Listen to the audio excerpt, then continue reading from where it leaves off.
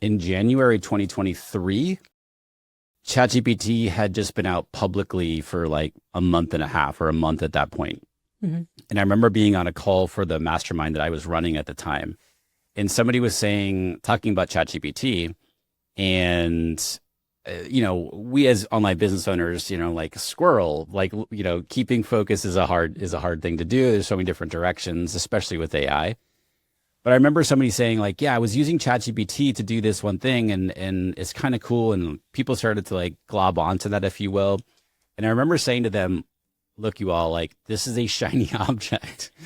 Like, let's stay focused on this.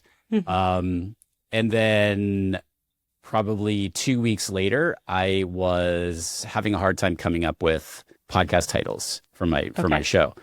So I was like, I'll try this ChatGPT thing out. And it like blew my mind, Yeah. And this is almost 3 years ago. It's always funny when I think back on that. I was like, this is a shiny object right now. It is not a shiny object. We as online business owners have to be embracing AI at this point.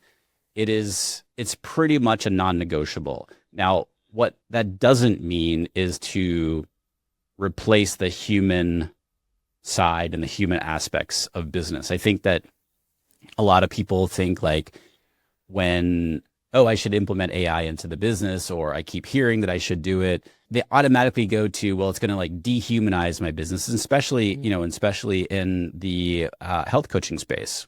It's like, I don't want to lose that human element to it. Well, that's not what, at least for me, like that's not what I teach, not what I preach also. It's like, where can AI help you in the business? Either make things easier for you, make things faster for you. Where can it add extra value for your clients? Where can it help you, with the main struggles of the business? And 3 years later, almost 3 years later of when ChatGPT came out, I mean, it's just obviously exploded, and there's so many different things that you can do with it. It's funny how we think of things as being a trend until they're not, Right. no longer a trend. Yeah. And I like what you talked about of that AI does not dehumanize your business. And what I have found in my business personally, it actually has opened up a lot of time for me to connect with my members, with other health and wellness coaches, for me to do free workshops. I've gotten a lot more face time with my community because AI is doing a lot of the back end work that really doesn't have anything to do with what the customer is experiencing. It's more the admin stuff.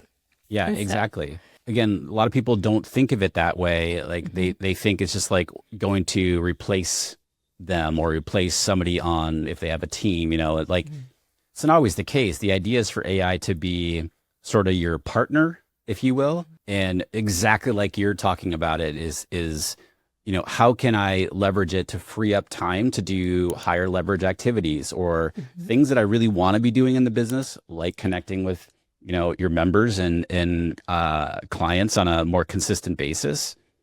And AI can allow that, can help make that easier. Yeah. So speaking of kind of the zone of genius, right? And what this means is that your zone of genius is what you want to be doing, what you're good at in your business, and what you want to be doing.